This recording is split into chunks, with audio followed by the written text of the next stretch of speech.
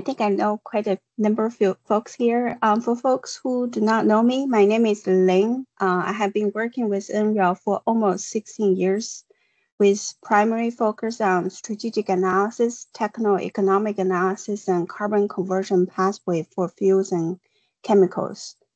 I have also been serving as the bioenergy analysis platform with the responsibility to facilitate and bridge all the analysis efforts on biofuel and carbon utilization. So in the presentation that I'm going to provide today, I will give a very quick overview of NREL vision. NREL is actually stands for National Renewable Energy Laboratory. We're one of the national lab located in Colorado of the United States. All right, NREL is actually working very dedicatedly for transforming energy, and that's we working on how we can generate, consume, store, and distribute the renewable energy. And so we're actually inviting others to join us in this effort. NREL is also meeting this challenge very hard head-on by focusing our expertise and resources on 3 major research areas that will accelerate the transformation of traditional energy products, practice, and industries. So this requires more than simply enabling low-cost renewable and low-carbon electricity generation. It also means moving towards two-way power flow and digitization, which means we're integrating energy pathways, and we're also developing new and high carbon utilization method to capture carbon molecules from today's fossil fuel and use them in a new way. So that's also captured in the pillar under electron to molecules. And for the circular economy for energy material, we have been working on rethinking how products are designed and recycled for maximum material efficiency. So those has been the major pillars that we have been working on. Just very brief, touching very brief on those. If you want detail, please let me know. In US, for hard to electrify sector, we have a SAF, the Sustainable Aviation Fuel Grand Challenge report set our targets to be net zero for 2050. And we also have volumetric target for the SAF Grand Challenge.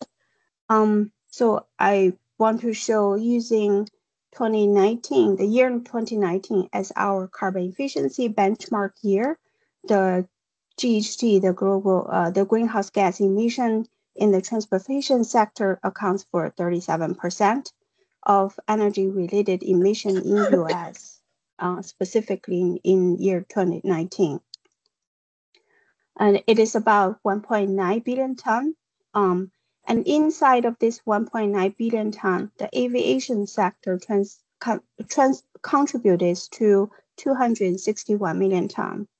And the other sector that we are very interested in is the chemical manufacturing sector, also contributed to almost 200 million ton, which is equivalent to about 3% of total estimated GHG emission in the US. So if we want to look for decarbonization, both transportation and chemical sectors, these are the carbon emission number we're working against.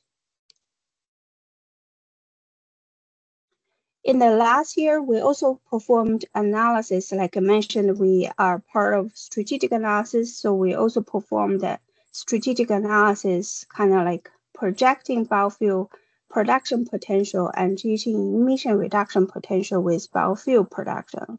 So in this study, we actually calculated more like theoretical limits or potentials for carbon-based feedstocks.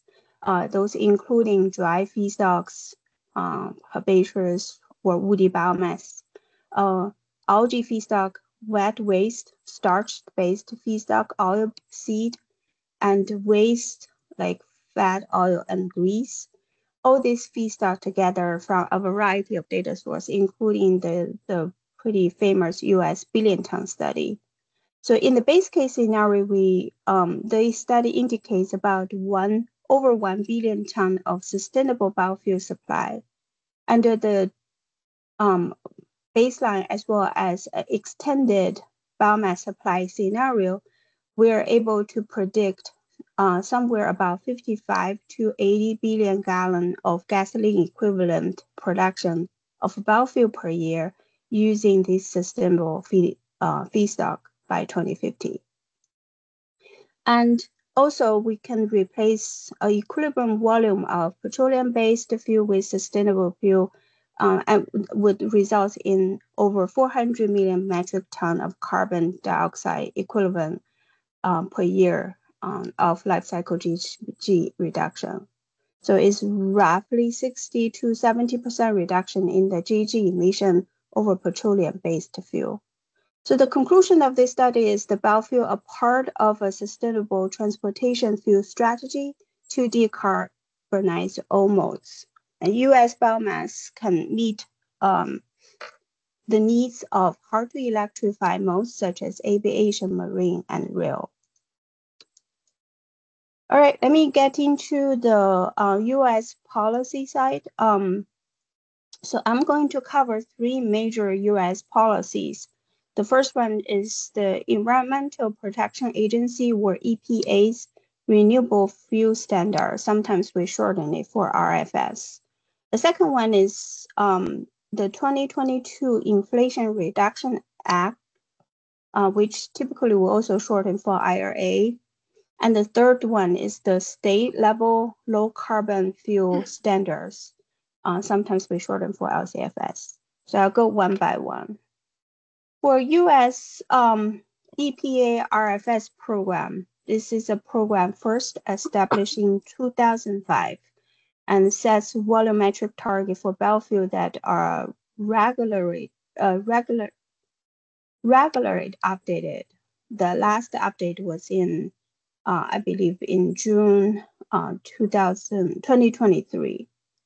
So this program supports multi-categories of biofuel as shown in this table, and that's including cellulosic fuel, bio-based fuel, advanced fuel, and renewable fuel. And those in the program, it was established requirements for minimum life cycle GHG emission reduction as targets, as well as feedstocks and pathways. This RFS program used renewable identification number, or we also typically shorten for RINs, RIN, as tractable credits to track compliance with blending obligation placed on oil refinery. So RINs are generated by biofuel producers and traded in the market. The last ruling, just like I said, is about a year ago, which established the biofuel blending requirement from 2023 to 25, as shown in this table. And for SAF may be qualified for RIN credits depending on the feedstocks and pathway. The requirement for emission reduction is similar to the other type of biofuel. So in summary, RIN actually a very key component of US biofuel credit stack, maintaining margins at levels that provide sufficient biofuel supplies to meet the RFS mandate, as well as also influence the biofuel demand through those renewable volume obligation target it sets on a very regular basis. The second credit is the IRA. IRA was issued in 2022. So this Inflation Reduction Act provides additional federal supports for biofuel production through multiple incentives, including the phased transition to new tax credits. So as shown on the left, existing biofuel credits such as biodiesel mixer credits, or as 40B, was extended through 2024 to 2025. And the new SAF credit was introduced for 2023 also through the 24 timeframe for specific credits for SAF. And beginning in 2025, the clean fuel production credit will replace the SAF credits and other non-aviation fuel credits. And this will set as the standards for getting SAF credits as well as setting a standards for diesel, like renewable diesel and biodiesel production. The value of clean fuel production credit is determined by a base credit multiplied by an emission factor based on life cycle GG emission.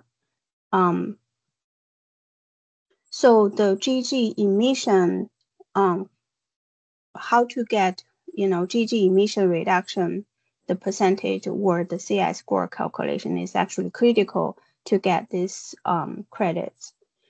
So the right-hand side of the chart compares credit value for SAF with different carbon intensity for the SAF credits and also how to take advantage of these clean fuel production credits. One major things I want to emphasize that is the Treasury, the U.S. Department of Treasury and Internal Revenue Service, or shortened for IRS, released two notices. One is on April 30th on 40B, which is the notice 2024-37, and the other notice on May 31st regarding 45Z. And there are tons of very valuable information for those from those notices. The third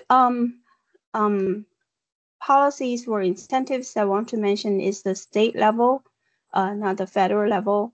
I think the first one that I want to mention is California introduced the first state level low carbon fuel standards, CFS, which sets a threshold for transportation fuel CI score and gradually increase the required reduction. They set this in 2009, and after that, several other states also set very, very similar incentives for the state policy. So as of March 2024, as illustrated in this figure, California, Oregon, Washington, and New Mexico have adopted the LCFS program or the clean fuel standards highlighted in the green as adopted. The yellow one are those 5 additional states who have already proposed similar standards, but they haven't adopted, so we highlighted in yellow. The adoptions of state-level clean fuel standards and SAF-specific tax credit remain a little bit limited. So you can see not all the states adopted, but the number is actually increasing. So we keep tracking the states to see who have adopted. And those adoptions of clean fuel credits will actually help the biofuel productions and also promote the incentives for larger volume of biofuel in those states.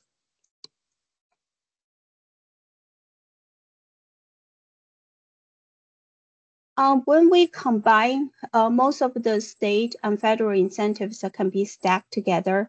So when we combine the state, the LCFS program, as well as both the RFS RIN credits, IRS code 40B or 45Z credits, without going into much detail, because there are a lot of detail that we have studied, our preliminary conclusions, total combined incentives for biofuel ranges from $3 to $5 per gallon. These results are applicable to the states like California, Washington, but may differ a little bit when considering other states. One major concern have been raised and frequent, it will be the frequent expirations and reinstatements of the tax credits. Fuel producer would like to see longer term, effective and durable policy incentives. So that's one major concern. The second major concern is actually on the LCA methodology. Multiple federal state policies supporting biofuel through tax credit has established requirement for qualifying fuels to achieve a specific life cycle GHG emission. So how to get those CS score or GHG emission reduction potentials are very important, can be one major. So more urgent need is on standardizations of LCA methodologies and carbon accounting assumptions. So this is kind of like getting to the conclusions of the talk. So if I do want to leave two take-home messages here, I think these two are pretty valuable. One is effective carbon production depends on feedstock, the production pathway, and all the emission caused directly by the supply chain and by energy hydrogen material used in the supply chain, which is all these parts are important for carbon reduction. The second one is actually in order to reach the carbon reduction, as I shown, there's 1.9 billion for transportation sector. We don't have to replace them all, but if we're targeting for large number of carbon reduction via clean fuel, green chemical production, we need to enhance the market pool through aggressive credits and incentives to close the gap in price with the conventional fuel and chemicals. And we have seen the data that although it's actually declining, the wholesale price premium for SAF was still over 2.5 times higher than that of conventional jet fuel.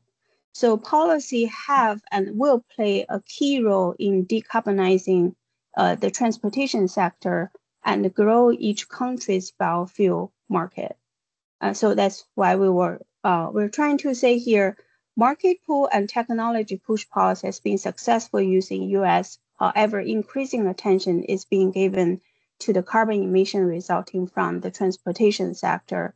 So we need to enable these policies and target these components of biofuel production and use it to increase the attention as well as the potential total volume of biofuel production.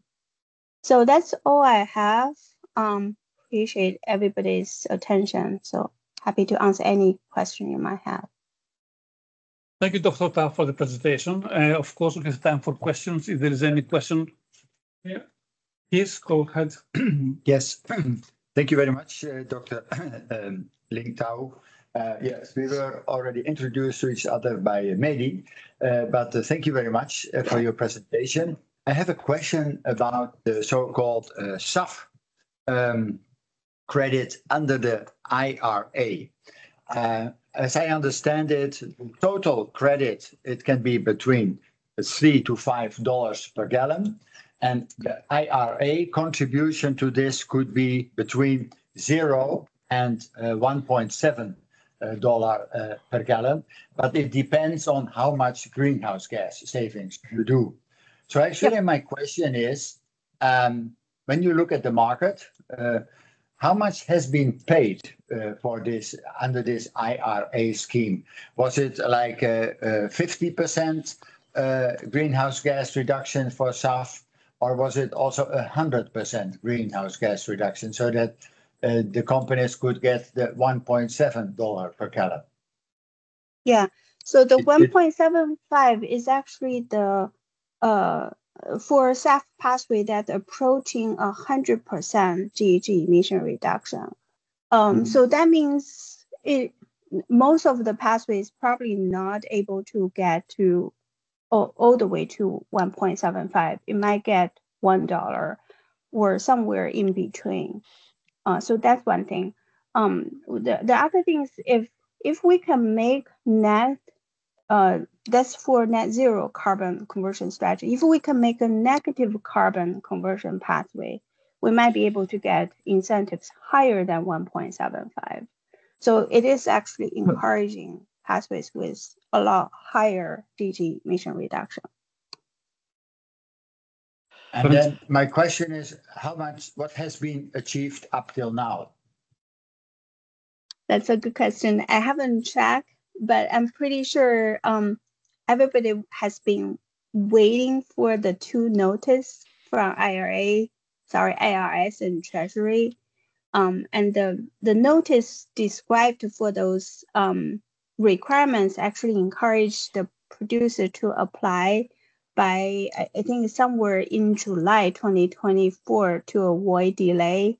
That's actually stated in one of the notice. So I guess not a lot if they're saying that, but we haven't tracked. Okay. Francisco, I see you have raised your hand. Yes, thanks very much, Mrs. Ling Tao, for your presentation.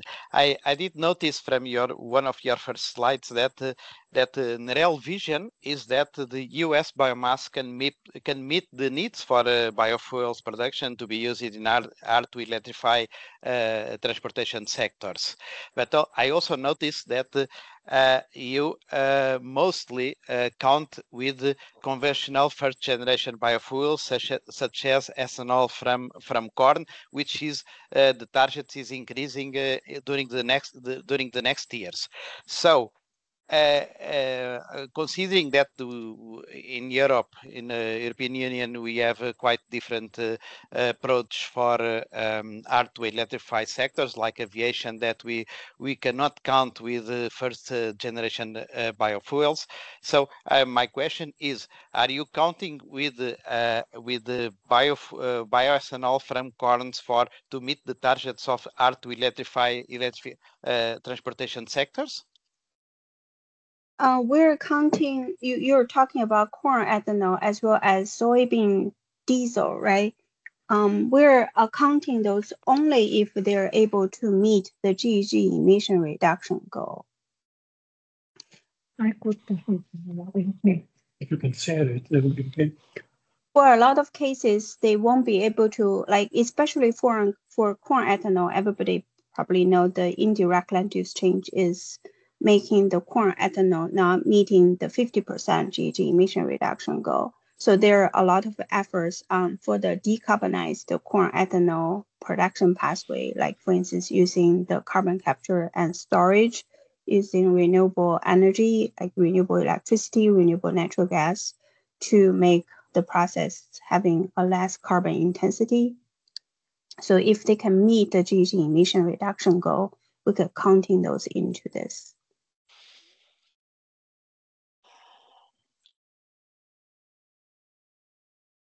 Okay, thank you. Is there any other question or comment? Then Dr. Ling Tao, thank you very much for the presentation. Hello, everyone. This is a presentation on sustainable aviation fuel policies here in Canada. Sorry I can't join you, having trouble connecting, but I'm glad to be here. My name's Warren Mabey. I'm a professor at Queen's University in Kingston, Canada. We're lucky in Canada to have a roadmap for sustainable aviation fuels. It was completed last year by a group called the Transition Accelerator in partnership with a couple of other labs. The link for this roadmap is on your screen right now, so you can click on it and go straight to it. It's a really helpful document in that it summarizes a lot of the challenges and opportunities around SAF here in Canada, and it does go into quite a bit of depth on policy and policy challenges related to sustainable aviation fuels. The big targets that are incorporated into this roadmap, where we're aiming to go as a country, we would like to get to 1 billion liters of SAF production by 2030. The roadmap itself estimates that we can get to half of that with active projects that are currently on the go. We're going to talk about that a little bit as we go through. 1 billion liters of SAF would represent about 10% of our jet fuel use in 2030. We anticipate we'll be using about 10 billion liters of jet fuel by 2030. And it's been estimated that we have biomass supply to support between 7 and 10 billion liters of production. Now, when I say biomass, I'm referring both to agricultural biomass, canola, soybean, other types of vegetable oils, as well as forestry residues, forestry waste, and even municipal solid waste. So there's a variety of feedstocks that have been examined for the production of these fuels. These are the projects that have been highlighted as, potentially producers of SAF as we go forward. So there are 6 listed here. There were 7 listed in the actual roadmap, but I believe one of them has actually fallen by the wayside. We'll run through these 6 really quickly. There's the Brea facility in Come-by-Chance, Newfoundland, which is currently active. It's producing about 980 million liters per year of renewable diesel. It just started up in 2024, so very new production. And it is producing renewable diesel using soy oil and corn oil primarily as feedstock. Now, it's estimated that we could get about 15% of that converted into SAF, and 15% is a good estimate, I think, of where we could get to. So it's potentially possible that we could get about 140 million liters per year from that facility. Most of what's being produced at Brea is not being used in Canada, it's being exported overseas. So whether or not we would be able to use that here is a question. There's what's called Tidewater. It's a facility in Prince George, BC, which again is just coming online, 165 million liters per year from a variety of different sources, mostly soy and canola, and a little bit of tallow or leftover municipal residues. Again, 15% of that would be about 25 million liters per year of SAF. Neither of those facilities are producing SAF right now. They're both producing renewable diesel only, but we could get to those levels. The plant that Covenant is planning in Lloydminster, Saskatchewan, originally was supposed to come online in 2024. Now it looks like it's closer to 2026. And it's going to be a hydrotreated renewable diesel. 275 million liters per year capacity, and we could get up to about 40 million liters per year in SAF. There's a facility that has been proposed for Toronto and a facility proposed for Calgary, both of which have no real plans for completion right now, as far as I can tell. Very little news or very little progress on these facilities. They may or may not come online in the 2020s. It really depends on financing and how they go ahead.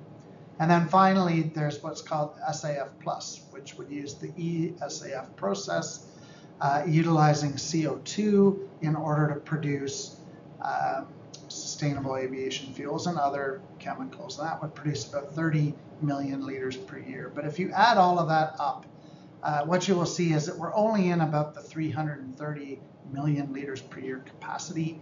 And getting all of those online by 2030 is going to be a challenge. Policy components that we need to talk about. There are 4 that are identified in the roadmap. So first, SAF needs to generate carbon credits, and that needs to be recognized as tradable credits. The second big policy plank is we need production incentives for SAF.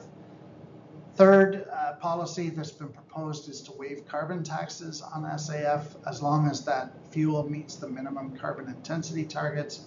And finally, it's proposed that we have federal procurement of SAF. Now, for each of these, SAF can currently generate carbon credits. So that is allowed under our Clean Fuel Standard, which came into effect about 2 years ago here in Canada. The Clean Fuel Standard is designed to bring down carbon intensity in liquid fuels. So again, as long as SAF meets those carbon intensity targets, it can be used as a credit underneath the scheme that has been set up. So one of the policies that has been proposed within the roadmap really is in place right now and active. Production incentives for SAF, there are no incentives in place for SAF right now, at least not specifically for SAF. There are some clean fuel incentives in place, but nothing targeted at SAF production. There was a big push by the industry to do something in our budget 2024, which was released in the spring. No, we don't have them in place yet. It didn't happen, and there's a very good chance in Canada that we could have a new federal government in 24 or 25. We're having lots of rumors of an election. Waiving the carbon tax on SAF. There are draft regulations in place right now in Canada that would exempt SAF from any carbon tax.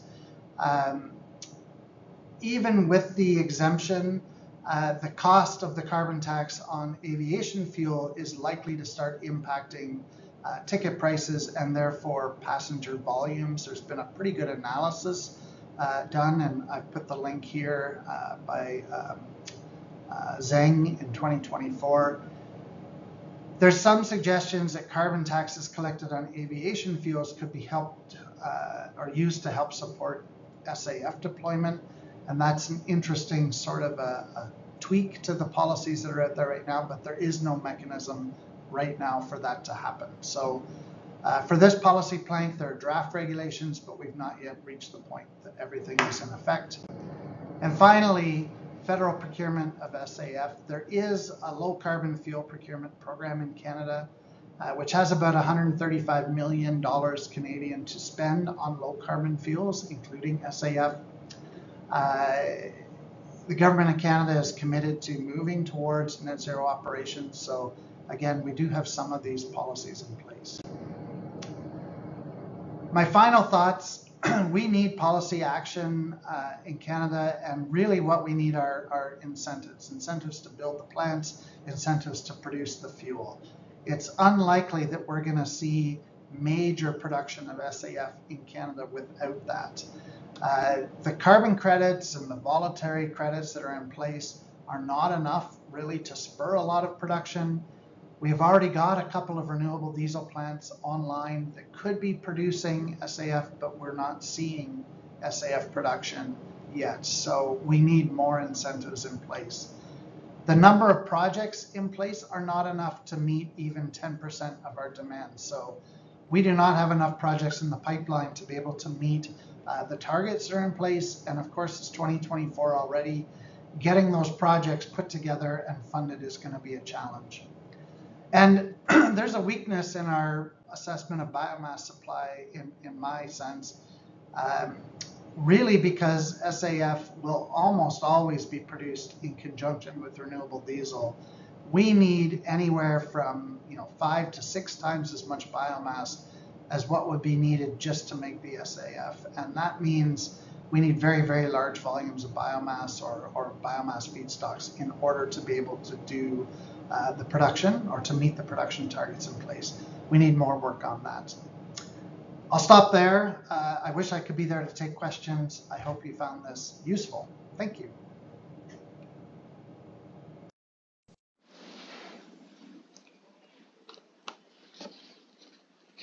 Very good morning and good afternoon to all of you. This is Ramakrishna from India.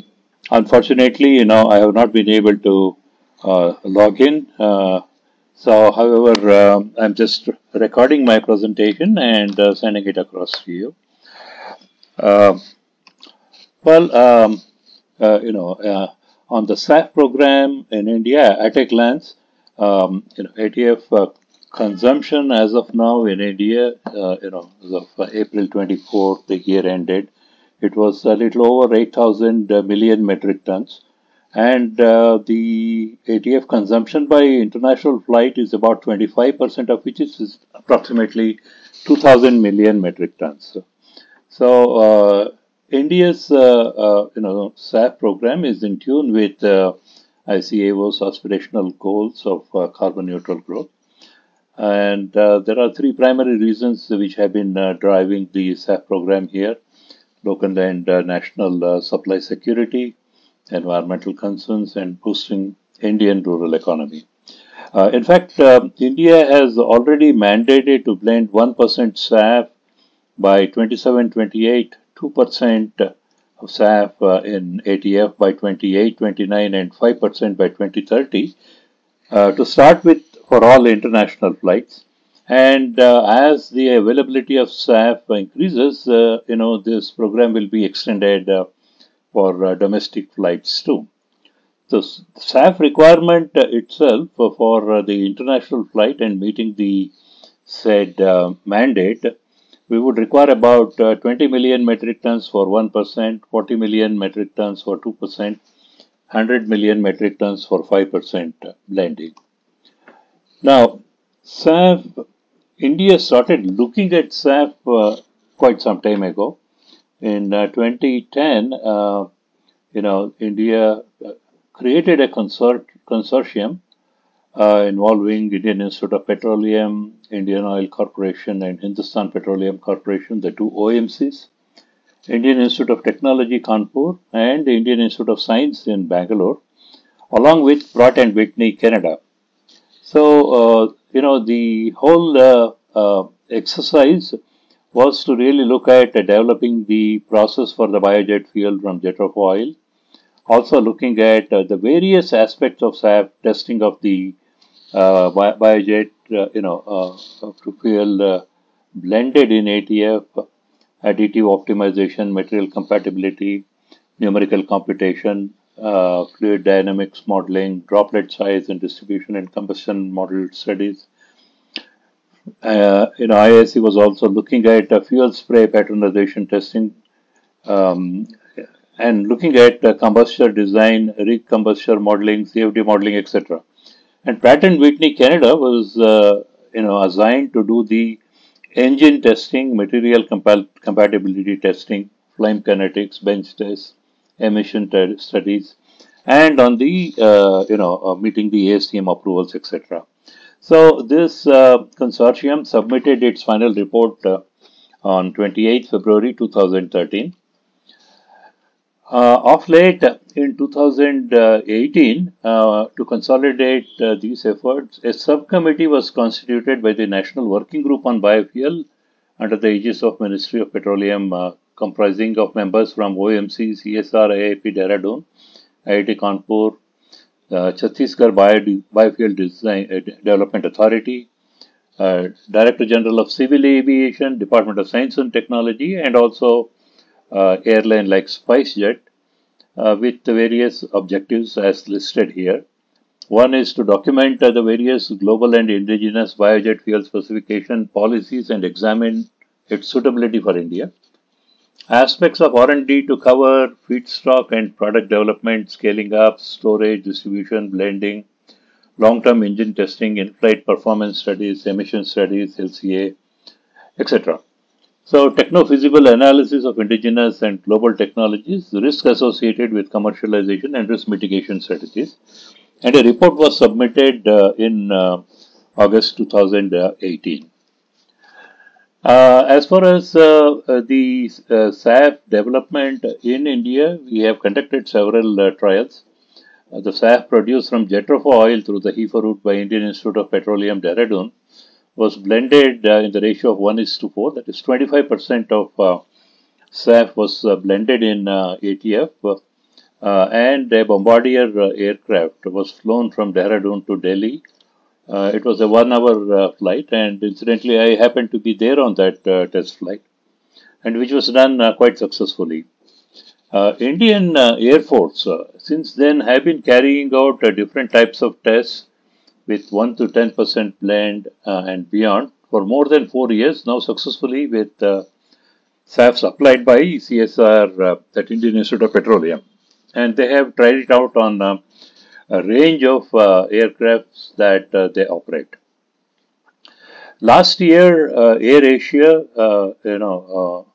did the experiment on a commercial flight for the first time, a flight from Pune to Delhi with 1% SAF produced by Praj Metrics and tested and supplied by IOCL Laboratories, was blended and flight was carried out. The Director General of Civil Aviation also granted approval to one of its airlines to carry out its first international ferry flight with 10% blended fuel from France to Delhi on the 17th February 2022. So all these trials have been carried out quite successfully, and engine performance was satisfactory, and all the parameters were within the limits. The Bureau of Indian Standards has also come up with standard for the biojet ATF, for blending as early as in January 2019. Now, the what is pending at this point of time is to really produce SAF in large quantities. There have been several initiatives. The Mangalore Refineries and Private Limited is supposed to set up a 40 ton per day plant with the HEFA technology which have been developed within the country. Indian Oil Corporation has also signed an MOU with two technology providers, Praj and LanzaJet, for setting up ATJ facility with 2G and 3G ethanol. HPCL, which is another large, the oil marketing company, they have plans of setting up three SAF plants with almost a $1 billion kind of investment. The first plant would be with UCO of a 40 ton per day kind of a plant with their own technology, homegrown technology. And the second plant, the feedstock would be camelina sativa, and where they have been working with the Indian Defense, who have done a lot of agronomic experiments with camelina sativa and have been growing in more than 100 hectares of land. Now they will be growing this by engaging the community, and the feedstock would come for this particular plant. They are also planning a 80 KLPD, alcohol to jet plant. Technology is yet to be finalized by them. And then Bharat Petroleum, which is another large public sector oil marketing company, they are also planning to get into SAF, and they are also looking at setting up about 3 or 4 plants with $1.1 billion kind of investment going into this sector. In the private sector, two companies, True Bioenergy and Greenco or AmGreen, they are planning to set up multiple commercial plants and looking at multiple feedstocks and multiple pathways and talking to various technology providers at this point of time to close in on such production facility. As far as the future vision is concerned, laying the foundation for the SAF supply through robust framing and implementation of appropriate policies. As of now, we have a mandate. We have to really think in terms of how we are going to implement this mandate, which has already been announced. For that, we have to put in place many things. One is develop SAF-related policies, laws, and regulation. Establish a plan for certifying the SAF under CORSIA. And of course, working with the airlines to promote the SAF usage and creating the kind of environment that is really required. The Director General of Civil Aviation, with representatives from OMCs and Ministry of Petroleum, has participated in the ICAO conclave recently, and they are in the process of identifying a consultant who will advise on the feedstocks, technologies, commercialization, techno-commercial feasibility, fiscal incentives, etc. by end of the year this year, based on which a clear policy ecosystem is expected to evolve in India. And incidentally, Ministry of Petroleum is facilitating a stakeholder consultative meeting either later this month or early August to take the inputs from various stakeholders. Now, there are certain challenges which really needs to be looked into, and I would believe a forum like Icarus should be looking at these kind of challenges that we have. The first and the foremost, ICAO approved certification scheme to certify CORSIA eligible fuel. It doesn't exist. We have to create this kind of an ecosystem. The other important aspect is the cost and production of SAF. So while each state or each country is committed to the migrating to SAF from ATF, but they all have limited resources, and how the high cost of SAF is going to be compensated through administered pricing is a challenge. So we also have, from region to region, we have different feedstock. There are a lot of restrictions being placed on what to use and what not to use. And there are multiple pathways, which adds to the complexity also. So, and then many of the technologies, with the possible exception of HEFA, all other technologies that currently that have been approved by ASTM, have to yet to be tested and at scale, and it may take a long time before we reach the maturity levels. And then, of course, at the global level, we have lack of infrastructure and ecosystem, and these are all some of the challenges that we have. And anybody wanting to invest into SAF, in the absence of clear-cut policies, clear-cut market direction, a global ecosystem, financing is another major challenge, and no financing organization is willing to come forward and organize it. And of course, the airline operator who likes to claim on emission reduction due to CARSIA eligible fuel being used, they have complex challenges related to traceability and the LCS assessment. And then the absence of the ICAO approved certification scheme due to divergent approaches being taken in different regions will be another big challenge. So, I would appreciate if initiatives from the Icarus would address some of these issues and really see that there is some uniformity of approach across the globe if the Sustainable Aviation Program has to become a successful and a sustainable program. I would stop at this. Thank you very much. But unfortunately, as I am not able to log in, I will not be able to take any questions. I wish all the best. Thank you. What I have done in this, let's say, the Icarus project, I have made a literature survey of all the different policies, and I've tried to summarize them here more or less and give some ideas. Next one, please. Right, this is the Icarus project. I'm not going to spend any time on that. Next one. So basically, this is the latest information that came out from The Guardian that shows basically that in all sectors, let's say the reductions of emissions, the only one that continues to increase and is going to increase significantly by 77%, close to 80%, is air travel and aviation. Next one. This is how IEA sees more or less the defossilization of aviation toward the net zero. In 2022, basically, we have minimum contribution of biofuels. That increases to about 5% by 2030.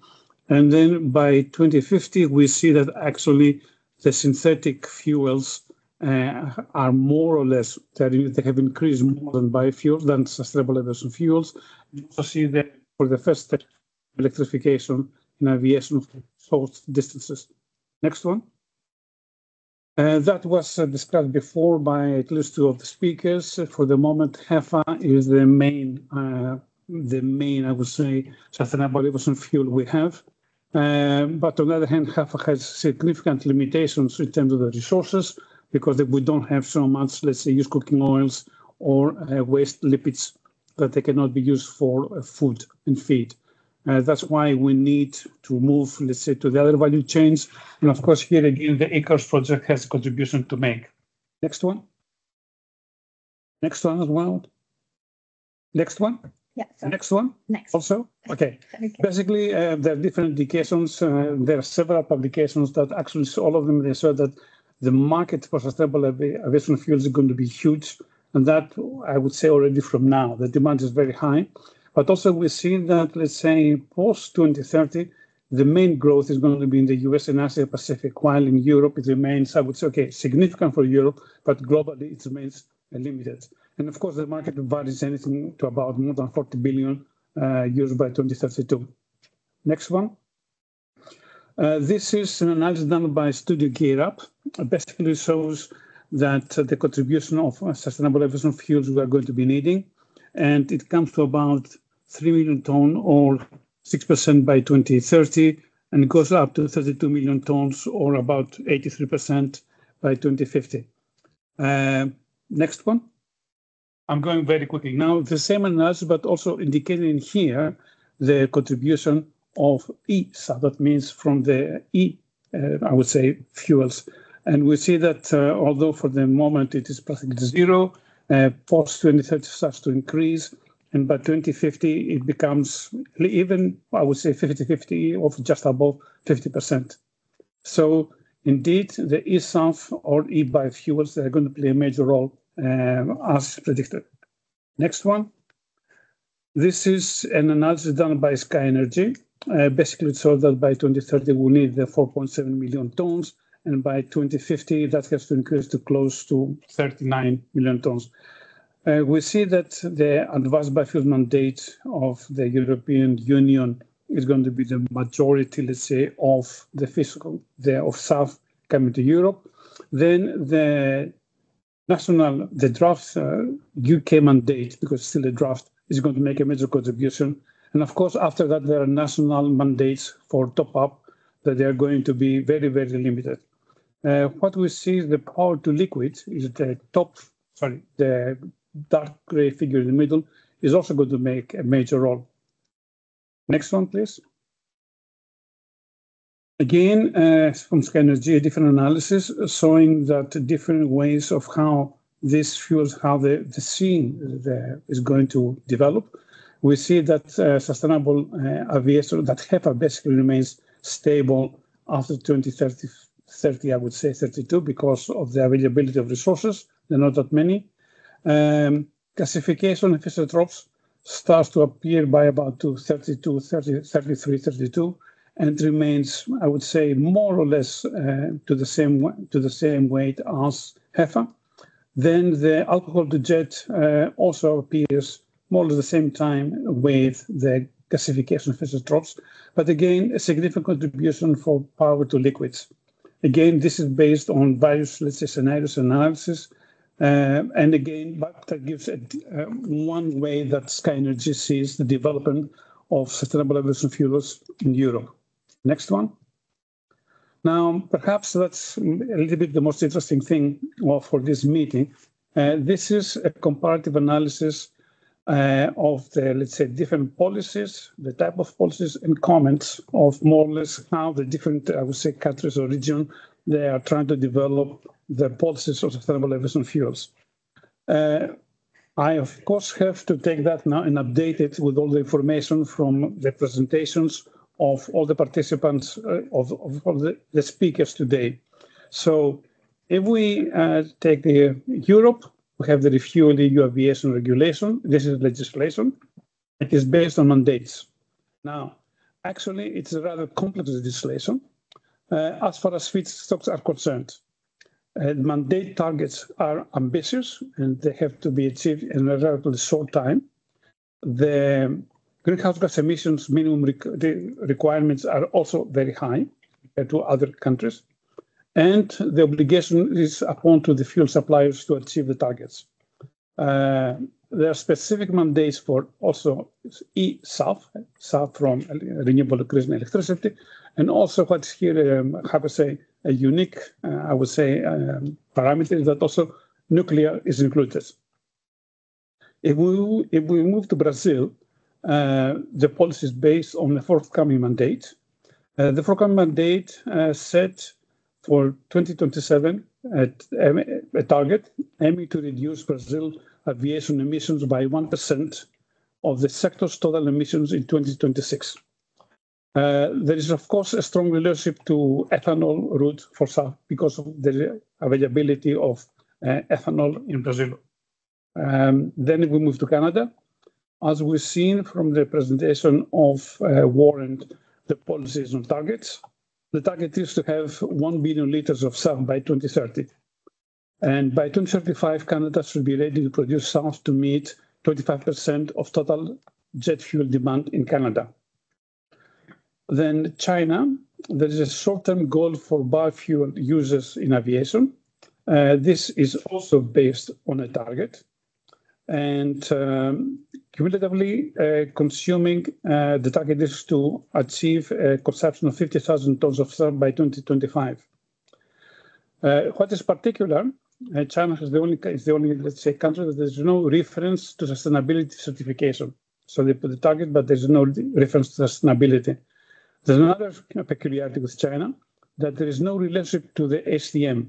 So for every value chain, China has to develop its own standards. They have their own standards on, I would say, body, and they develop their own standards. Of course, their own standards are more or less copy-paste to the STM standards. Furthermore, in India, we heard a lot from Ramakrishna. The policy is based on a forthcoming mandate, and that is to use 1% SAF for domestic airlines by 2025. The policy also aims to support farmers and rural job creation. This is very particular. In India, of course, they try to combine every policy on bioenergy and biofuels in particular with trying to improve the livelihood of the farmers, trying a lot of efforts to try to collect the biomass instead of burning it and create, let's say, pollution problems in the major cities. The US, there is a very strong tax credit system legislation. There's a production target, and that is to expand production to achieve 3 billion gallons, equivalent to approximately 11.5 billion liters per year of domestic SAF, aiming to achieve a minimum of 50% reduction in greenhouse gas emissions compared to conventional fuel by 2030. So the US has a reduction target of GHG of 50%. Here in Europe, we have 60 and 70. There is a very strong support for new types of feedstock development and also loan guarantees. Again, the US would support how to develop new feedstocks to come to the market and support the development of the SAF industry. Last but not least, the UK, that is based on a forthcoming mandate. The plants were introduced recently, and the idea is to achieve 10% reduction, 10% use of all jet fuel set to be green by 2030. That has to be approved by the Parliament, and it's aimed to come into force in January 25. Of course, with the new government in the UK, we don't know if there's going to be any delay or not. So in more or less, this is a kind of a brief summary that I was able to collect so far. Next one, please. Now, there are strong policies coming almost, I would say, in many countries and also the EU, the European Union, but also there are quite some dark clouds ahead. That's very recent. It came out a few days ago from the Wall Street Journal, saying that the US and Europe can agree on what counts as sustainable aviation fuel. That's leaving the investor in a bind. And there's confusion swirling around against a backstop of failed investment in the alternative fuel industry. Next one. The next one. Right. So indeed, we see that on the left-hand side in the bottom, we see that indicates the purchase agreements. And we saw that there was a high in 2022. There was a significant reduction in 2023. And now, although we are basically through half the year, there is a minimal, I would say, purchase agreements that have been announced. On the other hand, the graph on the right-hand side compares the price of kerosene in black in the bottom with the US and Europe. It's practically, I would say, identical. But we see that when we look to the sustainable aviation fuels, in Europe, it's more expensive. Next one. Next one. So there is, in the US, there is a strong emphasis to invest in corn and soybeans to produce, I would say, oils. They are going to be, of course, they are food-based oils to produce HEFA. While in the EU, there is strong emphasis on synthetic fuels. And although HEFA is commercial, synthetic fuels, they are far from, I would say, commercialization. What is also a complication is that LaserJet, the Renewable Fuels Association, and other US ethanol producers have failed to join an ongoing lawsuit that was introduced by the EU ethanol producers, challenging the refuel EU policy because it doesn't cover, I would say, food-based ethanol. Next one. Now, the sad news is that, and the next one as well, that recently there was an announcement that the Fulcrum facility in the US has closed down. And that was, I would say, the most advanced facility producing synthetic fuels via gasification of waste produced Fischer-Tropsch. And the other one, which is serious for Europe, is that Cell has decided to postpone the completion of the plant they were building in Rotterdam. They say that they're going to restart sometime in 2025, but this is far from certain. And also they decided to understand to sell the refinery they have in Singapore. So although we see that there are several policies and a lot of interest in the EU and several other countries in mission innovation, trying to promote SAF, we see that at the same time that the technology is not yet ready. It was also discussed before in the, let's say, in the panel discussion we have earlier in the afternoon. And I think that was the last, more or less, slide I have to say. Next one. Sorry. Some quick conclusions or thoughts. At present, only the United States and Europe, we have enacted legislation for the deployment of SAF. Mandates have been adopted in the EU and are planned in Brazil and India, while Canada, China, and the US are basing their policy on volumetric targets. Only the EU has a specific mandate for eSAF, and this also includes hydrogen from nuclear electricity.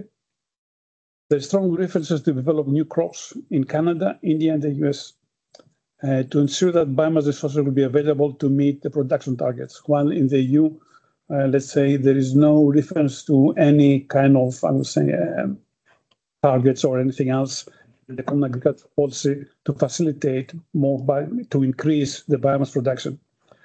The United States have a very clear specific loan guarantees to support the development of SAF facilities in the United States, of course.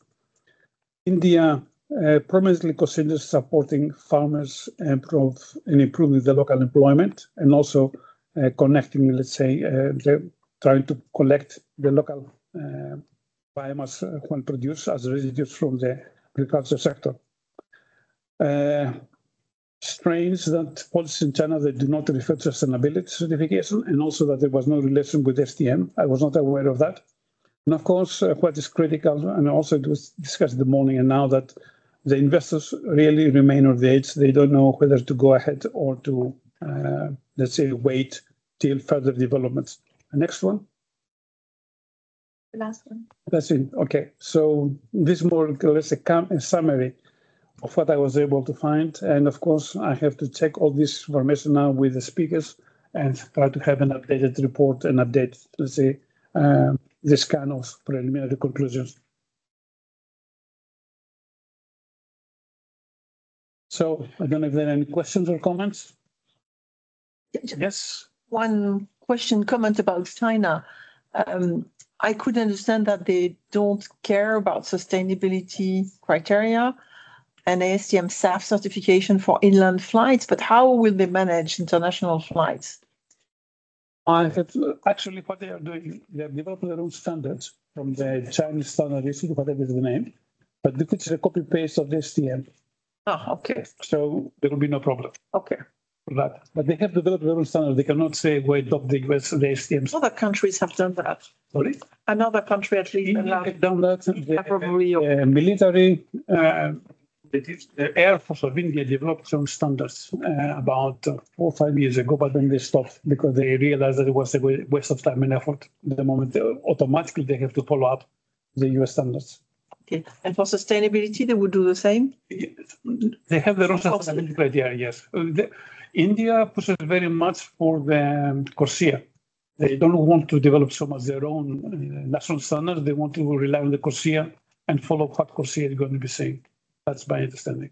And China would do the same then? Unclear. Unclear. Unclear. You have any question? Yes. So, Kyriakos, you presented a lot of graphs showing the growth of sustainable aviation. It's tremendous. Yeah. It's unbelievable. So my question would be, have these studies considered also other sectors? Did they put it in the perspective of the transportation and the fact that SAF is, going to compete with other sectors? What feedstock and sustainable production? My feeling is that both Sky Energy and Studio Gear Up have both Dutch, of course. That was not in any negative way, on the contrary. It was basically they say, okay, we take the EU fuel aviation, and on that, if we're going to meet this target, what do we have to do?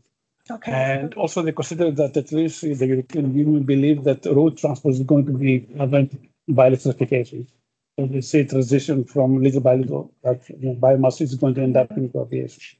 Just, the more we go into this topic and more discuss, it's becoming clearer and clearer that, for example, maritime sector, for the first time in the history, is going to fight for green molecule. Up to now, it's taking whatever is the dirtiest and heaviest. But moving forward, they also will have needs. There are several other solutions to maritime. For example, they use ammonia, whether it is e-ammonia, electro-ammonia, or whether it is bio-ammonia, or it could be anything. It is perhaps more reliable than biofuels. And again, although there's a lot, nobody has a crystal ball. They would certainly like to use advanced biofuels. They might be too expensive. It's more easy to have a higher cost in aviation than in maritime industry. But again, I don't know what Maria, what you think, or. I think that when you produce, I said that before, road biofuel plus aviation biofuel, we also produce naphtha. Yeah. Mm-hmm. And this part can go to the shipping. You can actually combine the sectors in one production and then arrange how much you sell to each depending on the demand of the sector. That would be more of a business case than just producing for maritime, competing with just producing with for aviation, and then road in the middle to need to be decarbonized 2030, 2035.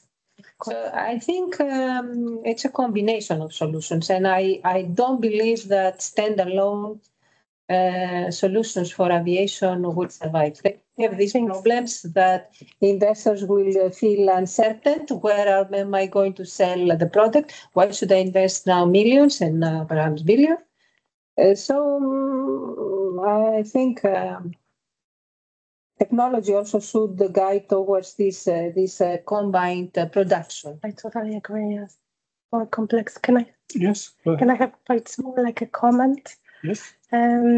So while we are talking about the policy incentives and the tools that drive SAFs, I think one point in the discussion is missing, and this is our cap and trade system, the European ETS, that actually already today includes very specific measures for SAFs. If SAFs are the pathway for airlines to decarbonize, there are really incentives to do that under European ETS. And I think this is also important in the context of this global discussion. If we need some kind of harmonization, market-based instrument, cap and trade, based on the CO2 price, can really drive that. So my personal view is that even more than Refuel EU, ETS will drive uptake of SAFs. Yeah. Agree on that. We also have a participant online. We have a question here in the room, and then we'll go to the online. Two comments on the two comments about potential competition with marine and road, etc. Back to the co-processing discussion we had earlier. Another angle, just based on how the conventional fossil oil industry it's serving aviation, road, marine, chemicals, plastics. Why not the same with sustainable carbon feedstocks tomorrow? If we leverage existing facilities. If there is naphtha, probably petrochemistry could do something with the naphtha if it fits the specs, but there will be some bottoms of whatever is refined. The bottoms could go to marine. So that's not an easy solution, but that will be probably part of the solution. And then back to your comments on all these studies showing, I believe they are very much demand driven, but absolutely not supply constraints. And more studies are starting to tackle the many constraints on how to supply so much demand from feedstock, electrons, capital, investments, engineering capabilities. You name it. The constraints are so numerous. Ability of the end customers to pay the price. Absolutely. Who will pay the price? Might there be some demand destruction in some sectors because will be so a lot of uncertainties on ability to supply all of these potential demand. My understanding from the studio Gear Up is that basically they try to see the huge effort that has to be done, and of course that there's whatever you say in terms of capital, in terms of technology, in terms of anything, electrons, whatever. So the demands are huge. How we're going to, if we're going to achieve it, and how we're going to achieve it, I don't think anybody in this room knows or anybody can predict anything. There's a question in the room. Sorry, online. Yes, it's me, Kyriakos Isberta Sintef, Norway / holidays in Spain at the moment. Thank you for the presentation. I have actually 3 to 4 questions, comments, see if we can take all of them. Otherwise, we can exchange later. One by one, one is quick. Do you see, based on your analysis, that all these numbers will be continuously updated by all the countries that you have been analyzing? I mean, policy-wise. So do they mention that they will keep on revising, as the Commission has mentioned with regards to Refuel EU? That's the first quick. Some of them they're going to be revised. Some others they still have to become legislation.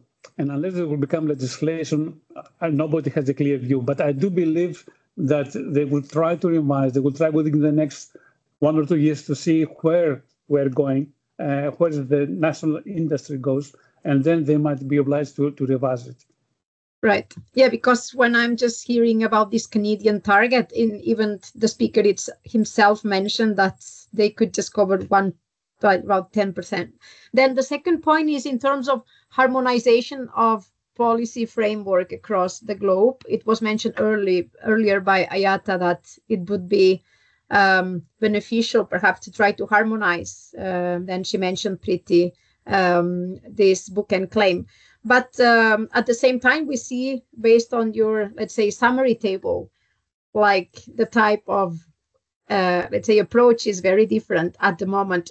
Do you see, because a bit mentioned to your last point, my feeling is that it will take a couple or 3 years at least to understand which of the approaches is best, and perhaps it would be in the end regional related rather than trying to harmonize something across the globe. Do you see the possibility to harmonize things in the future, legislation-wise, policy-wise?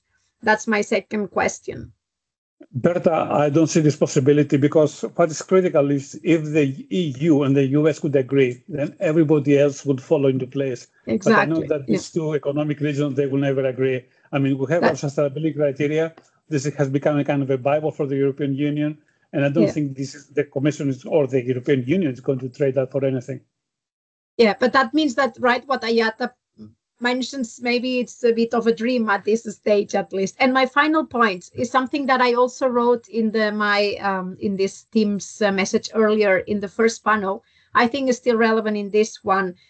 We have not touched upon this element of investment from the private sector, especially on R&I.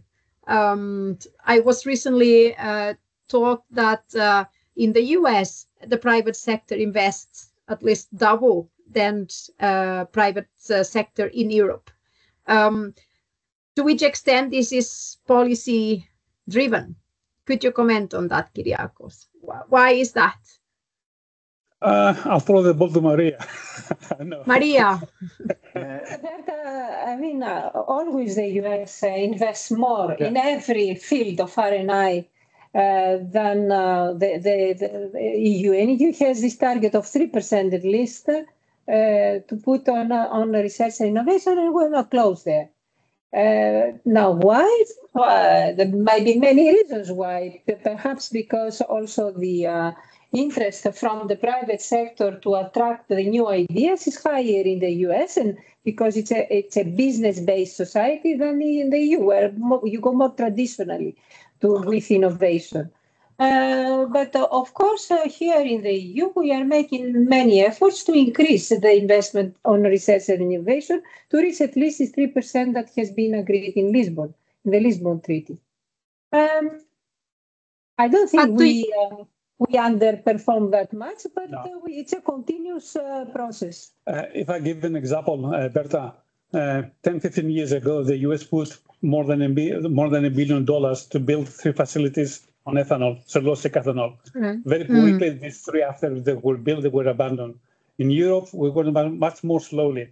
We use the FP7, then the Horizon Europe, the Horizon 2020, and still we have 2 facilities that they were progress. Okay, Clarion closed down the facility in Romania about 6 months ago, but still there is much more knowledge now about cellulosic ethanol in Europe than there was in the US. It's a different way of approach. The US puts a lot of money in one, and then get it. But do you agree that the element that Enrico Letta is bringing on the table now, and in the terms of like, you know, maybe a cross-border type of approach would help in like large investments as the ones that require like huge amounts of biofuels production, just to put an example. So it was that element that I was seeking for in a way. So yeah, I get your point, but I think there's plenty of potential still to keep on improving then this dimension. Yeah, thank you. Absolutely. I mean, any cooperation, whether it is on government level or industry level, it will be very helpful. I don't know, Kiss, what you want to add? Because thank you so much. This is all a big advertisement for our mission. Yes, thank you very much. Now, this is exactly what we try to do within the integrated biorefineries mission, where actually at this moment we collaborate with Canada, Brazil, India, the European Commission, and the UK. But of course, other countries are welcome as well. On this specific topic of how can we do biorefining more efficiently, and how can we also increase the output? So how can we have more products coming out of it so that we can create more value out of biorefineries? So that is one thing. But and this is already going a little bit towards the final discussion. Is that okay? Yeah, absolutely. Because the question for the panel discussion, it is the role of mission innovation in enabling SAF development. And so mission innovation and also the integrated biorefineries mission plays a role. Because what we are doing at this moment, the mission innovation, it is a collaboration of 24 countries. So within our mission, we are with 6 countries, but of course, at the end, we are part of this mission innovation, and they very closely collaborate with the Clean Energy Ministerial. And under the Clean Energy Ministerial, we have the so-called SAM BioFuture campaign and also the SAM BioFuture initiative. So it's within this collaboration that we see that we have to do something jointly in, first of all, developing this market, but secondly, also to enable innovation to create cheaper products for that market. So actually, there is now a kind of future fuels collaboration. So with different countries participating together, and actually we are now working towards a workshop or a meeting in Brazil in the first week of October.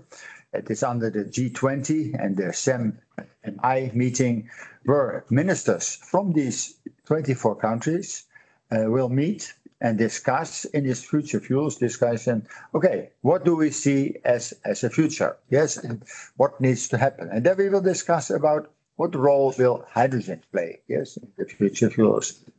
So what role is there for e-fuels?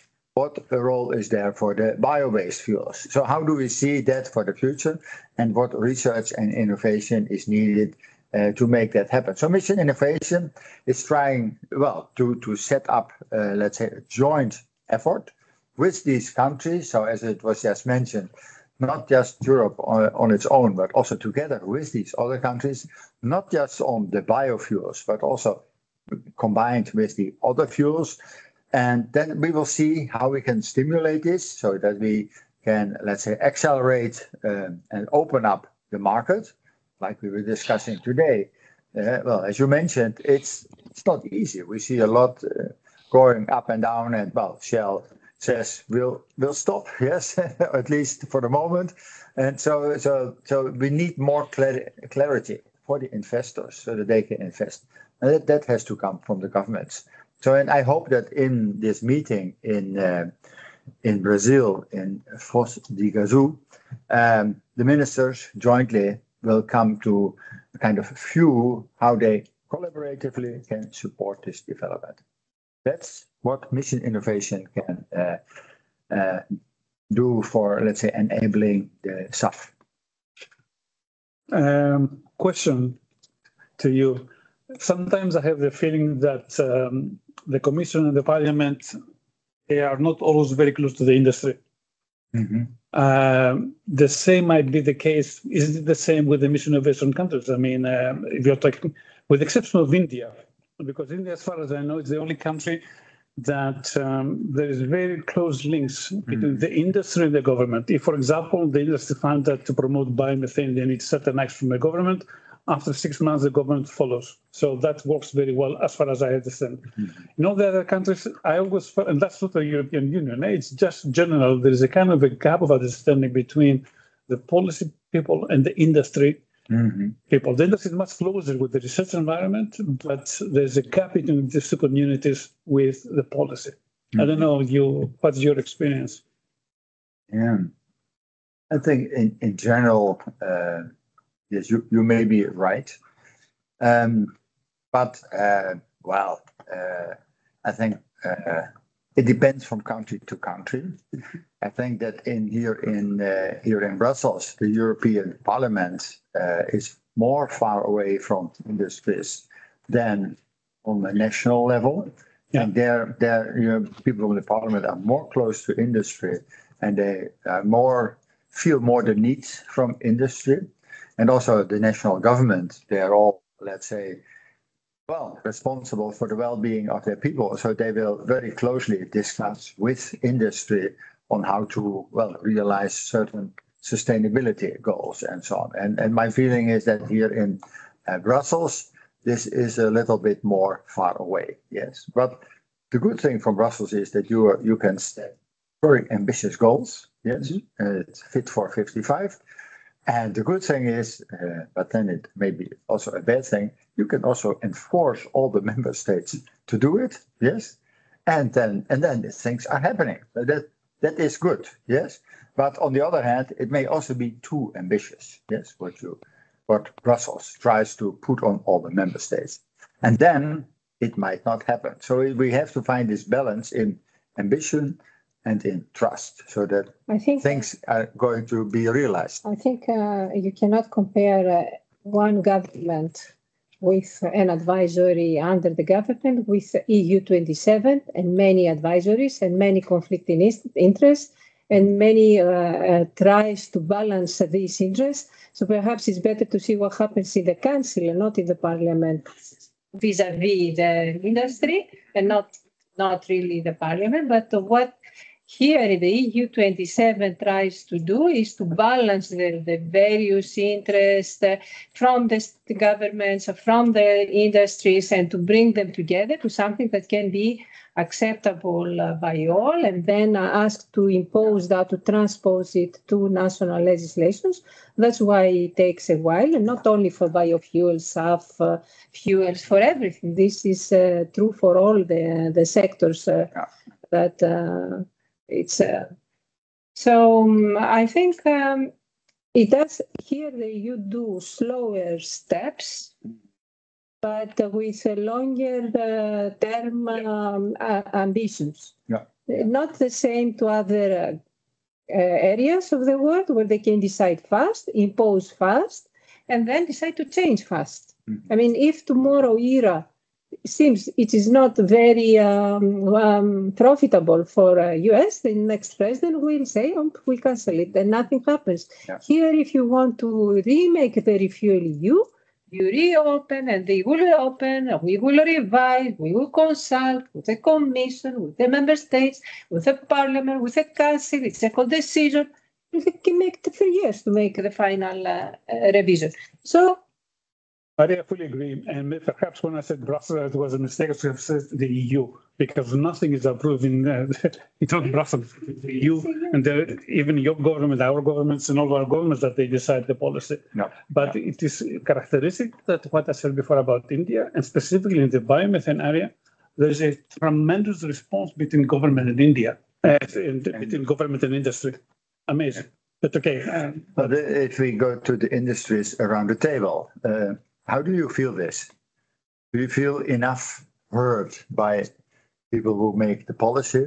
I mean, we have these kind of goals. Yes, it's societal goals. We want to be sustainable. Then we have governments who try to make legislation to make things happen. And then we have an open economy. So it's the industries who have to do it. So how do you feel? I think one of my takeaways from when we're talking about like existing facilities and refineries, and we supply multiple sectors and multiple products to different.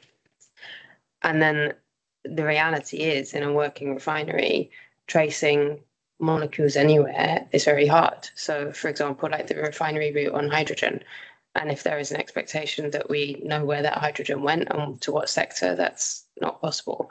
But then when we come down to the member state level, that expectation is there.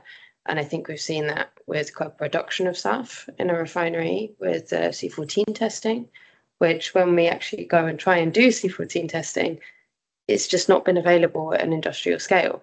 So we then come to these challenges and we feed them back. And then we're met with sometimes very strong responses that we've decided this.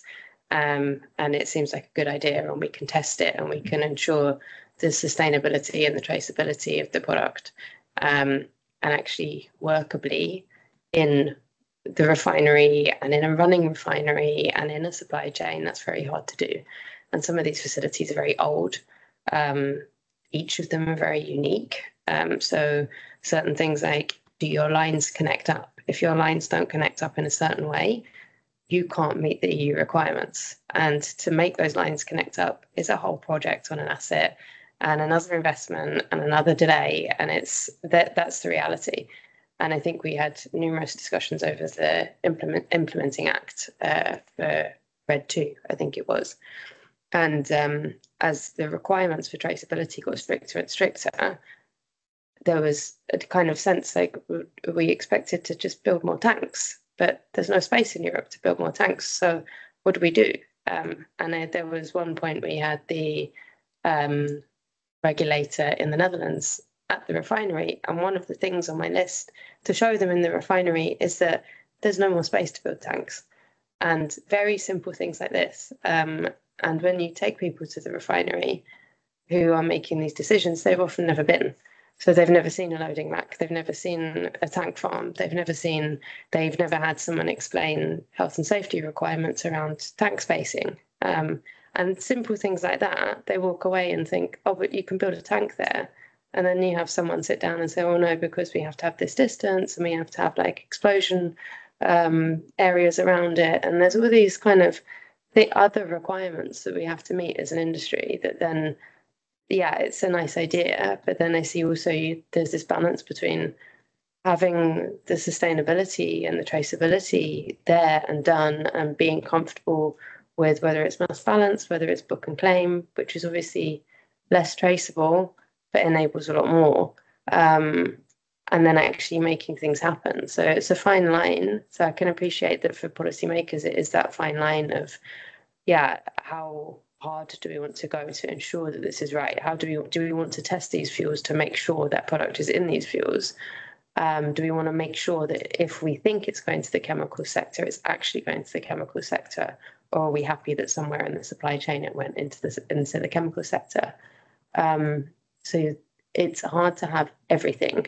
And it sometimes feels like someone is sitting there trying to dream up a solution to everything, which is very hard to do. So, but we all have our challenges, I think.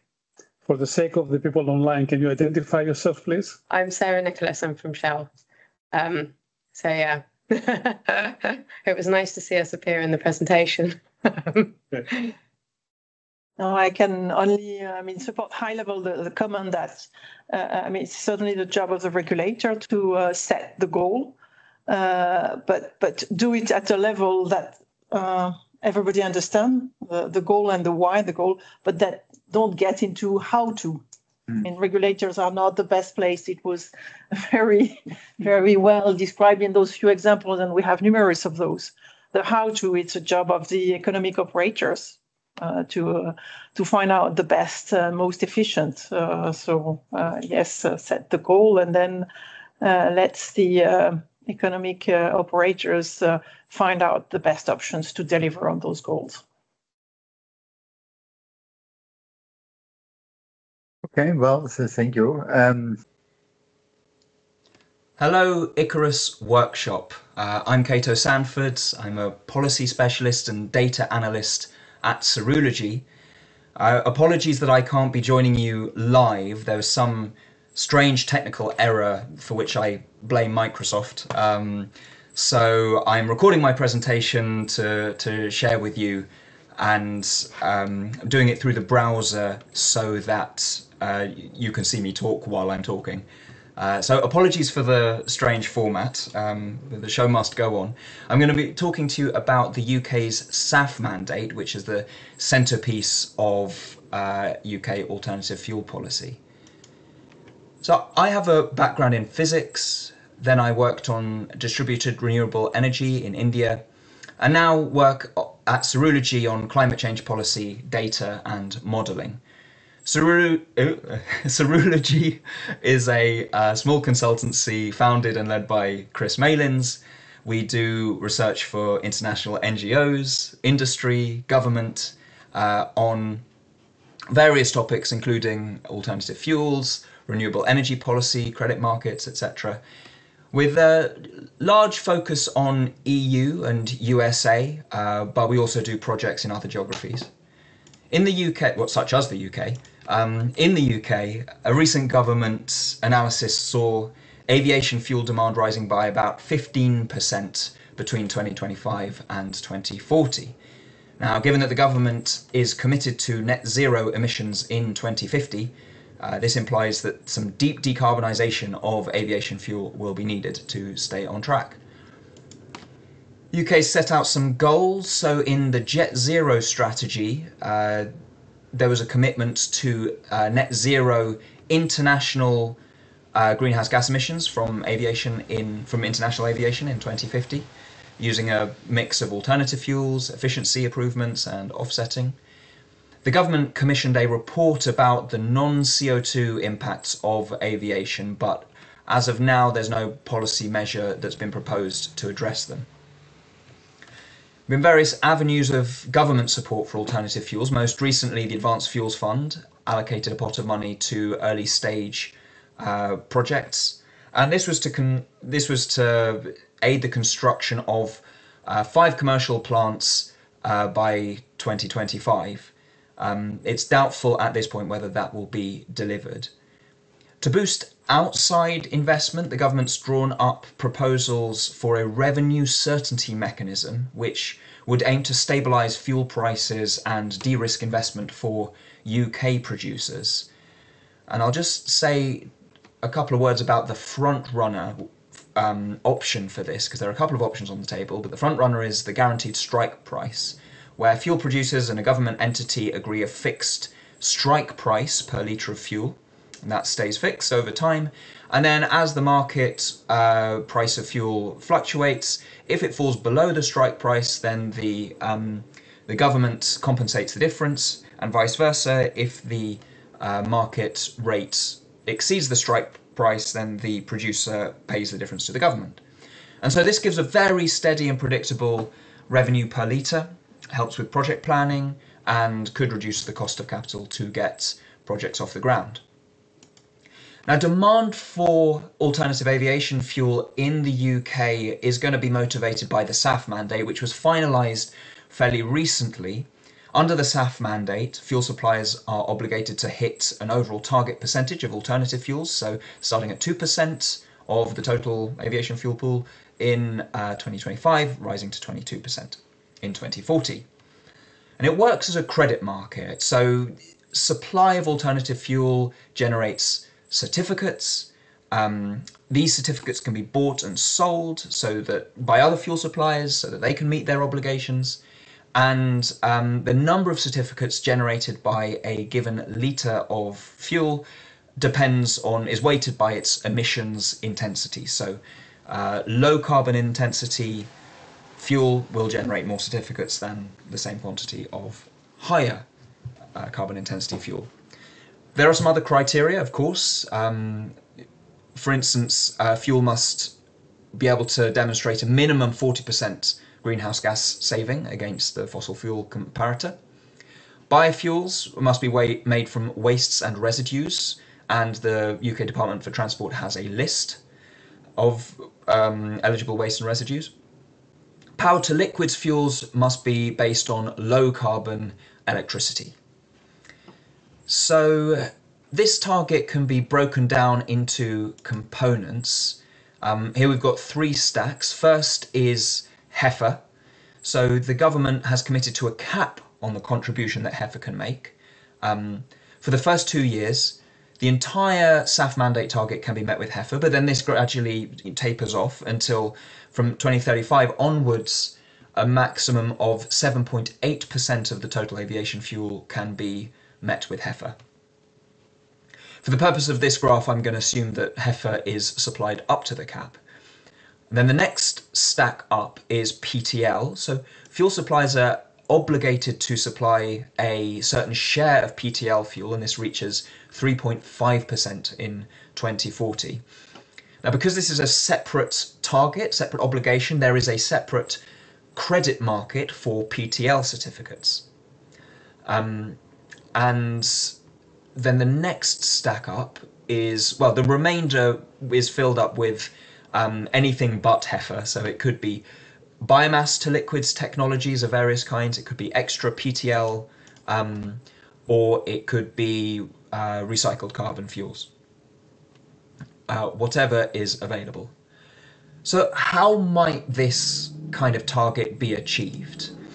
This graph, it uses the same color scheme as before, so blue for HEFA, but it looks at how our recent modelling work on industrial development predicts the fuel stack evolving through time. So, and this is just looking at domestic UK production, I should say. So, one conclusion is that the stack of fuels that could be produced domestically doesn't quite reach the target level throughout the 2020s and 2030s, even for this pretty ambitious scenario of industrial development. So the conclusion from this, and it comes as no surprise really, is that to meet the mandate, there'll have to be either some imports or some buyout. And buyout, what is buyout? Buyout is a mechanism whereby fuel suppliers who don't have access to enough certificates to meet their obligation can buy out. They pay a fixed price, a fixed fee in place of a SAF certificate, and the buyout price is set in advance and it's static. And here I show it in this graph in terms of dollars per ton of oil equivalent. So you've got fossil jet cost, and then an order of magnitude up, we've got the buyout cost for HEFA and BTL, and then similarly is the buyout cost for PTL. Remember, PTL has a separate target, separate mandate, and a separate credit market. Now, this is a very high level, and this is good for alternative fuel producers because a fuel supplier with any unfulfilled obligation should be willing to buy fuel or certificates anywhere in this range. They wouldn't go above because then it would be cheaper to just buy out of the obligation, but anywhere here is room to play. And one would hope that once this sends a strong signal to alternative fuel producers to build plants, ramp up production, and as volumes increase, production volumes increase, one would hope that the actual cost of fuel comes down. Now, generous though this buyout price is, to see where fuel would actually be sold, if there's available fuel where it would actually be sold, one has to look at the value signals on offer in other markets. Now, the closest market to the UK, both geographically and in terms of sort of the eligibility criteria for fuels, is the EU. And this next graph is a simple illustration of the UK buyout level, which we saw before, that's the dashes, compared with an estimate of the EU's penalty for non-compliance under Refuel EU Aviation. Now, HEFA and BTL are in blue, and PTL is in yellow. Now, the EU penalty for non-compliance is set to be at least twice the price difference between alternative fuel and conventional fuel. And this is unpredictable and will change in time. So who knows how it will actually turn out. But so these columns here, which are estimates of the Refuel EU Aviation penalty, are very much estimates, sort of long-term projections from a particular scenario. But based on this projection, we see that for HEFA and BTL, the UK buyout is easily larger than the EU penalty. And on the basis of this, one would say that the UK would be an attractive market for HEFA and BTL. For PTL, for power to liquids, it's much less clear what the value proposition will be and which market would be more attractive. There's a lot more to say about the Refuel EU Aviation setup, but this just gives an idea about which markets could be more attractive in the near term. So there are a few outstanding concerns with the SAF mandate, and both environmental and financial. I'll just highlight a couple. One is the issue of displacement. So this is where emission savings that are declared in the aviation sector have actually been nicked at the expense of other sectors. So for instance, lipids that are used to make HEFA might have otherwise been used in the road sector to produce road HVO.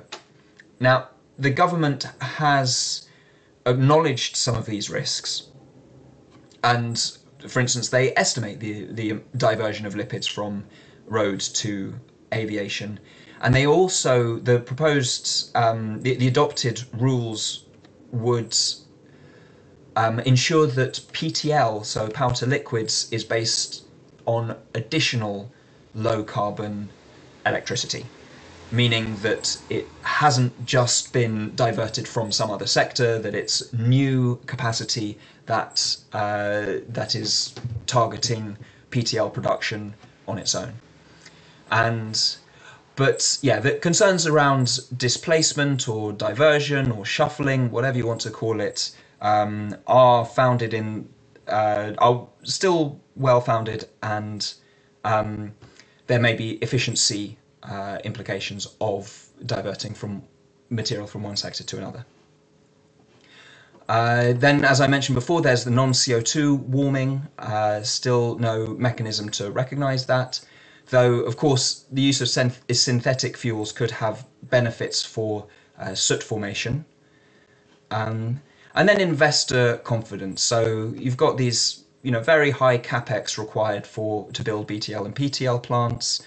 Will the SAF mandate be enough to motivate investment, given that it's very uncertain which fuels or which technologies will be the most successful in the future? And so are you going to plough all of this money into building a plant if you don't know really what the competition is at this point? So that's where this revenue certainty mechanism comes in that I said before about like the guaranteed strike price, which targets UK domestic production. That isn't going to come in until 2026 at the earliest. So, and we do need to start building plants now. So I'm nearly at time, even though this is pre-recorded. So I'm just going to leave these points up here, and skip to the last one, which is maybe the main take-home message about the SAF mandate, which is that there's this high buyout price to motivate fuel production, make the UK an attractive market for global producers, and it also gives quite a clear value signal, a clear and stable value signal, especially compared with other systems where the value signal may fluctuate. All right, so that's all from me. Thank you very much for your attention. Again, sorry for the technical hoo-ha. And thank you. Any last comments, any question or any suggestions you would like to have? If I may Just the very last answering Keith's question about the US. Of course. And because you asked what was the greenhouse gas emission reduction effort done under the IRA. Remember you asked? So because my company is actually assisting producers to comply with the regulations in the US, and in the meantime, I asked them questions. Thank you. If, they did any pathway assumption already. Yeah. So officially, no one has done that yet under IRA. But we have done several studies, they say, which I assume is less than 10, companies preparing for IRA compliance. So there is nothing officially accepted or verified yet. And on average, how much is then the greenhouse gas reduction of these SAF fuels that apply for the IRA? Yeah, so what they said is somewhere between 20 to 50. Okay. So there is nowhere near to 100. No. So that's because the graph was very nice, going from 0 to 100. So I was wondering to which extent, who will meet the 100? Yes, so but it's between 20 and 50. For the studies. For the study, but it's okay. Just for an idea to give an idea on where we are at this moment. And of course, we want to prove that, and but that needs technology development. Yes. Okay. Thank you very much. So for this after this action, thank you very much. Yes. No, it's maybe. I would like to come back a little bit to, let's say, this future fuels, let's say, discussion that we are preparing for our ministers in Brazil in the first week of October. And so my question actually to you is, and also to the people who are here, let's say, I don't know where is the microphone, but I'm just talking, and I hope they can hear you. Oh, okay. That's the microphone. So the question really is, when you think about such a meeting with, let's say, the ministers of the G20 countries who are, let's say, who want to be, let's say, advanced, yes, in the fuel technologies and also in, let's say, defossilizing our world. And when we talk about fuels, what would then, according to you, what should then be, well, the recommendations that we can give to them? And I mean, the Icarus project looks at policies, looks at technologies. Yeah, so you are working on this topic, and well, maybe of course the project is not yet finished, but you might have some ideas on. Okay, that could be some suggestions that you could bring to the ministers and so on. At this meeting, when we talk about the future fuel developments and how we could stimulate defossilizing this. I think the answer should go to what Mercedes said and what Maria has been saying. There's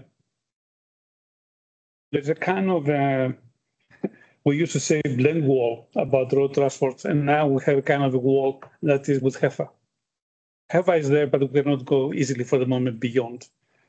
So much more, I think, as to be given to the research community and to the industry, how to go beyond this blend wall. That means how, of course, not blend wall, how to develop, to bring to maturity and commercialization the other value chain that we're discussing. There are examples of, let's say, gasification of Fischer-Tropsch, ethanol to sustainable aviation fuels and so on. And although there have been several examples of trying to build the first of a kind facilities, much more investment is needed to that. Going back to what the two ladies have been saying, that perhaps low-hanging fruits is more or less co-processing of whether it is any kind of, let's say, biomass resource or intermediates. That was a terminology that Maria brought into the discussion many years ago. And actually, I have to admit, at the beginning, I didn't like it, but now, of course, it's very correct. That's history. That's history. Never mind. So, yes, I see a big role in the intermediates and how this can be taken relatively, I wouldn't say easy, but rather quickly in co-processing applications. So I see these two areas more or less as of importance. Otherwise, I don't see, and there is, this is a bit intriguing. While we were in the conference in Marseille, somebody mentioned that perhaps looking to biofuels into SAF might, okay, we're going to look about that. We're going to have, we have happened and so on, but for the long term, we have to, in a way, come to a situation like they have in wind and PV, that is more or less copy-paste, the same installation. To do the same with the e-SAF.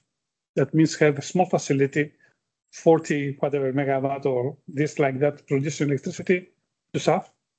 That copy-paste several times. That might be the way to go in the future. I found it very intriguing. It's telling my mind. No economy of scale, but economy of downscale. Yeah, and multiply several times. Like, I mean, you have a wind farm. Protection. Mm-hmm. Yeah. If you have a wind farm and you 20 wind turbines, why not have CO2? Sorry? You need CO2. Yeah, but that's the idea. From the direct air capture. Or whenever you have... I'd say as well that you have like, if you look at any kind of supply chain, it's like if you push the customization to the end, but then it's like, so like, for example, the co-processing to the HAFER step, it's like under the original EU rules, we had a lot of flexibility under co-processing. So we actually, once the feedstock went in the refinery, we had a lot of optionality. So whatever sector or whatever market could take it in those early years, you could say, oh, okay, this year, actually, we have demand from chemicals, we have to switch. And it's like now that optionality is gone and you have to make a commitment. And I see the same with the PTX. It's like, I mean, Shell also has the Holland hydrogen plant in the Tweede Maasvlakte, which we have the Holland hydrogen one plant on the... Talk a little bit slower. Yeah, on the optionality. So I see on the hydrogen side, so we have the Holland hydrogen one investment on the Tweede Maasvlakte. And when you have the hydrogen coming out of that plant, you still have optionality. You can supply industry, you can supply PTX, you can supply, aviation PTX, you can be developing an e-methane. You don't have to commit to that final customization phase for a sector. So it's like we're now talking about any SAF, which requires like someone to say, I'm going to commit to making an eSAF because I believe the aviation sector will lift those volumes. But whereas we don't even have the hydrogen. And if we get the hydrogen, it's like, okay, right now we have optionality, whichever sector comes first, we can start to generate money from it to then reinvest. And I think sometimes we go too fast to the end goal and we don't look at things like the car supply chains where they wouldn't do that. They keep it open to the last minute and customize. And it feels like we don't have that opportunity anymore in the fuel sector because we're very focused on what each sector needs. And that takes time. It takes a longer time. But it would allow us to get hydrogen sorted. And now we have hydrogen supply. And then we can say, okay, we're ready to customize for each sector. Yeah, so as I understand it, you look for flexibility because markets might change. At first. Depending on markets, you can then serve the markets. And you're too much focused on one specific SAF route that might make it difficult for you to decide to do that. Yeah, okay, I understand. Okay, and the other suggestions? No, I fully support that. I mean, it speaks for capital efficiency, use of energy efficiency, use of existing infrastructure, be they logistics or production efficiency. I mean, that's how the industry has developed and succeeded so far. If you remove that potential flexibility, you increase the cost. Yeah. And one topic that has never been discussed today is, who will bear the cost? What will be the price sharing mechanism, and will there be some demand destruction? I mean, well, what's that topic also? Under the European regulation, it's the ETS 1 and the ETS 2, and at the end, the consumer will pay.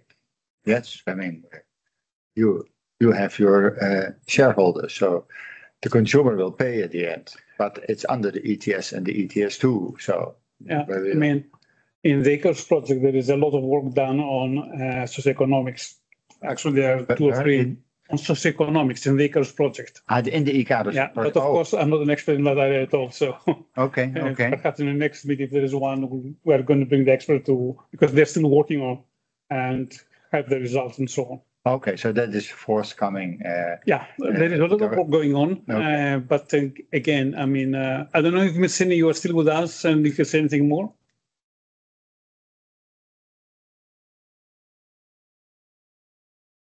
You're muted. You're muted. Sorry. Nothing to add more because Icarus just started. We are in the first 6 months, so we still need data. And according to our partners, they have, let's say, embedded a new kind of approach that they will take a look after the whole value chain. So that will take time to add this kind of data, I mean. Thank you. Yep. Please, for the ministers in Brazil, my advice would be to recommend to work on research and innovation, not because I work on research and innovation, but because it is the easier way internationally to work, understand, and share. Yeah. When it comes to markets, when it comes to industries, besides saving the planet, we have also economic interests. So these countries become competitors. The companies become competitors.